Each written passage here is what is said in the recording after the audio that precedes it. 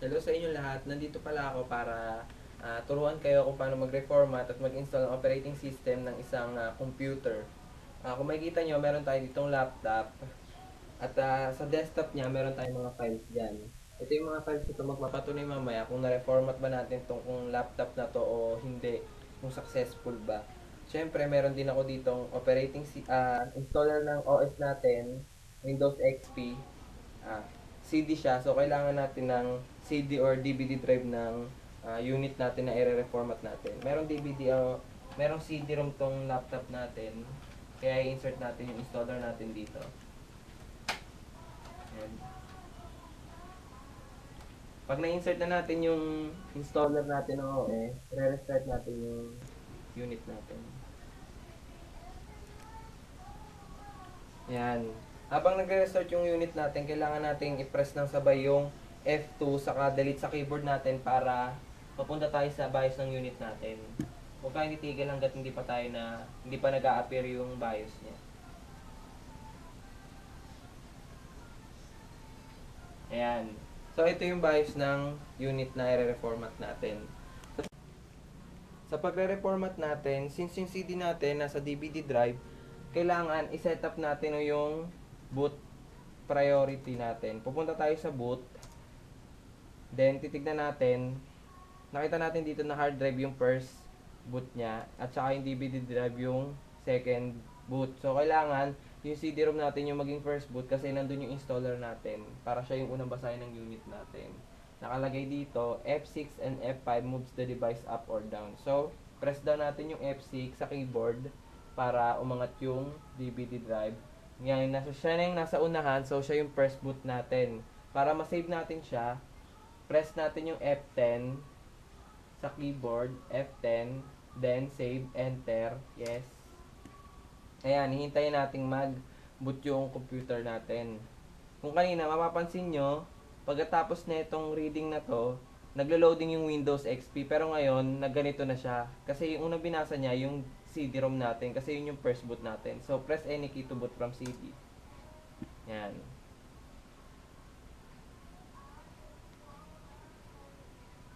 Yan, kung makikita nyo, Windows setup. So, nagsisimula na yung pag-setup ng ating Windows. Since mahaba to, kailangan muna nating i-cut. Pagkatapos ng Windows setup natin kanina, ito na yung sunod na lalabas. Windows XP Professional Setup.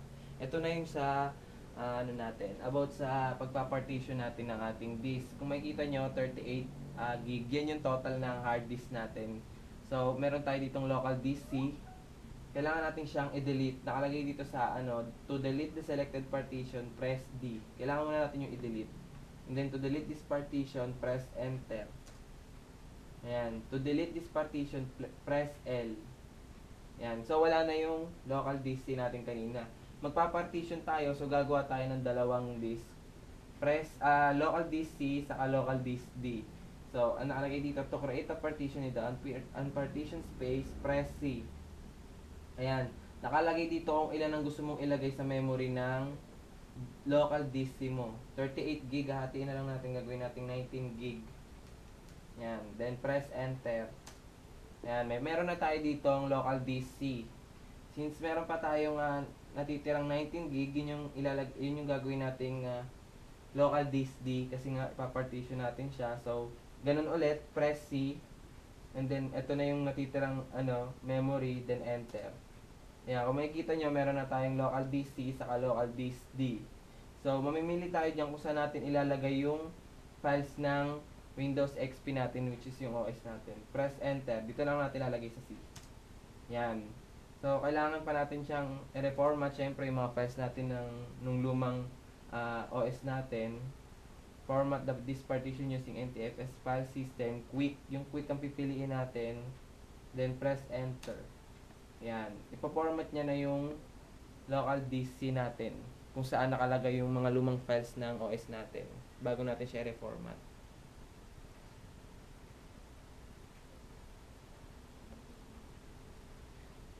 Yeah, medyo matagal to, so kailangan muna natin siyang i-cut ng konti. Pagkatapos ng loading kanini, which is pagpo-format ng lumang local disk natin, yung luma nating OS, mga files noon, pina-format niya, may susunod na loading doon, yung pagka-copying ng files ng OS natin na bagong i-install. Pagkatapos namang loading ulit noon, ito na yung sunod na mag-a-appear sa ating system. Yan. Installing Windows. Diyan na natin i-install yung Windows natin. Medyo may katagalan ulit yan, pero hintayin lang natin. Mga ilang minuto, may mag-a-appear ulit yan.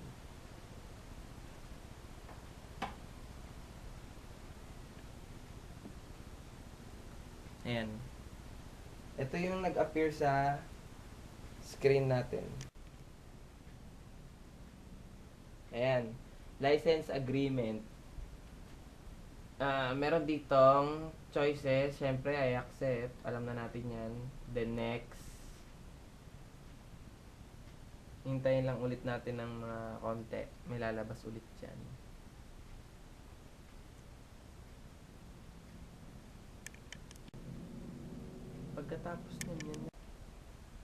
Pagkatapos nung installing devices kanina, ito yung sunod ulit na mag-a-appear.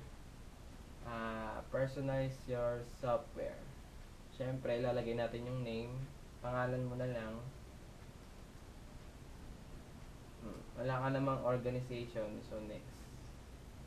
Yung product key. Sa product key, meron tayong product key na nakalagay sa installer ng CD natin. I-insert natin yan.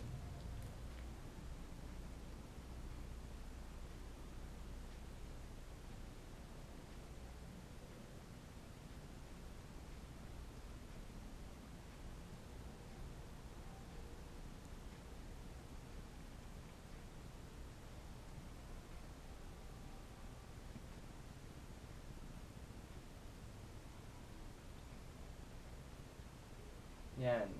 Then, pag na-insert na natin yung product key, next ulit. And then, next lang ulit. Ayan, isaset natin dito yung date saka time. Ayan. Dito sa time zone, +8. Hanapin na lang natin yung Singapore dahil ka-oras natin yan.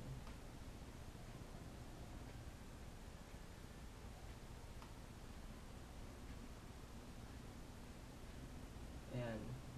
Then, next ulit. Ayan. Maglo-loading ulit siya. Installing network.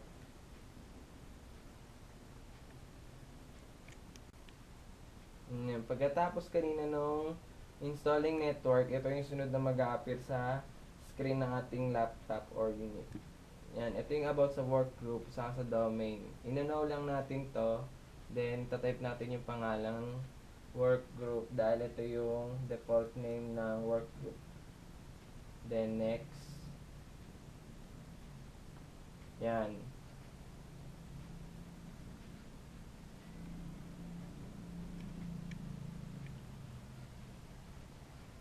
Yan, medyo matagal na naman ulit, kaya pause muna. Pagkatapos ng installing loading kanina, magre-restart yung PC natin. Yan. Habang nagre-restart siya, syempre may lalabas ulit na press any key to boot from CD yung kanina. Yan, press any key to boot from CD. Hindi natin siya i-click para ano, kasi gagawa ulit tayo ng bagong Windows XP nun, OS. Pag-clinic ulit natin siya. Yan. Tayo natin mag-restart yung PC natin.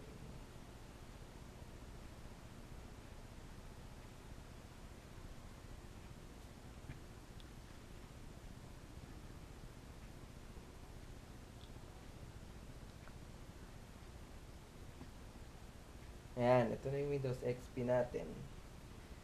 May kasama kasing drivers yung installer namin. So, hello ba sa ganyan? Ayan, sa screen yun.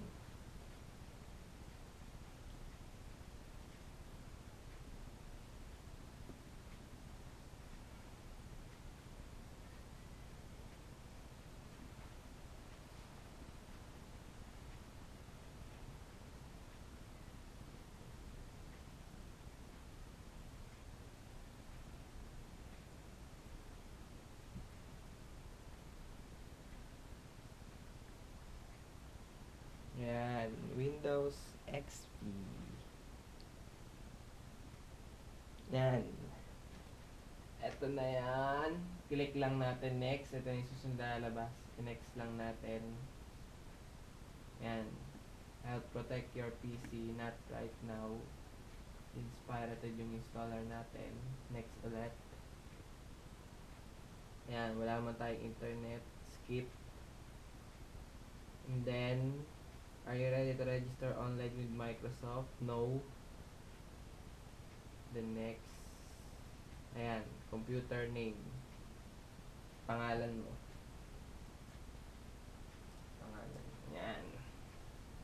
Then next. Finish.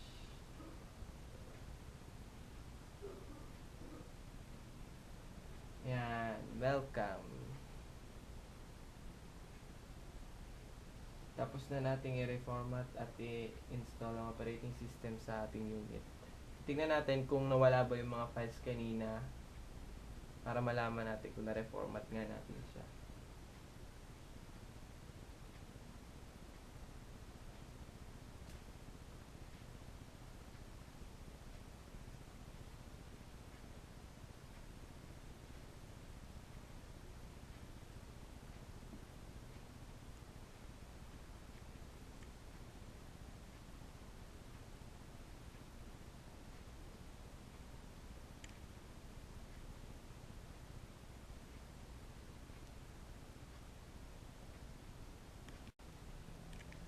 Ayan. May lalabas na ganito. Yan. Okay, tapos na yung pag-i-install natin ng operating system. Mapapansin nyo, yan, yung mga files kanina dito, wala na. Ito na lang yung natira kasi yun yung kasama sa installer ng OS natin. Yan. Titignan natin yung kung na-partition ba natin yung disk.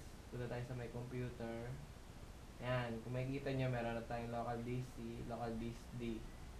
Tignan natin yung memory properties. Ayan.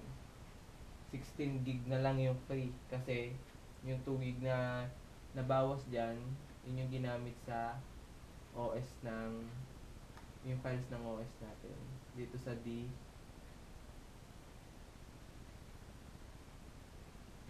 X na natin.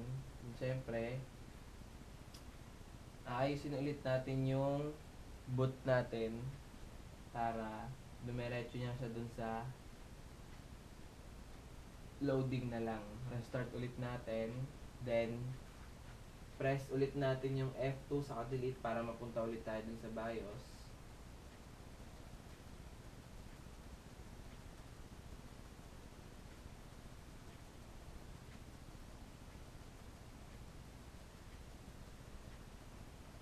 Yan.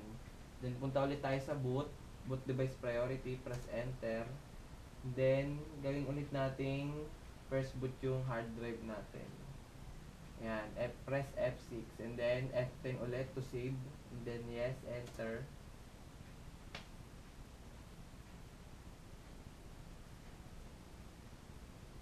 Yan. Pagkatapos nito, kanina may nalabas na press any key to boot. Ngayon, wala na kasi diretso na siya sa loading dahil binago na natin yung boot priority niya. Yun lang. Thank you.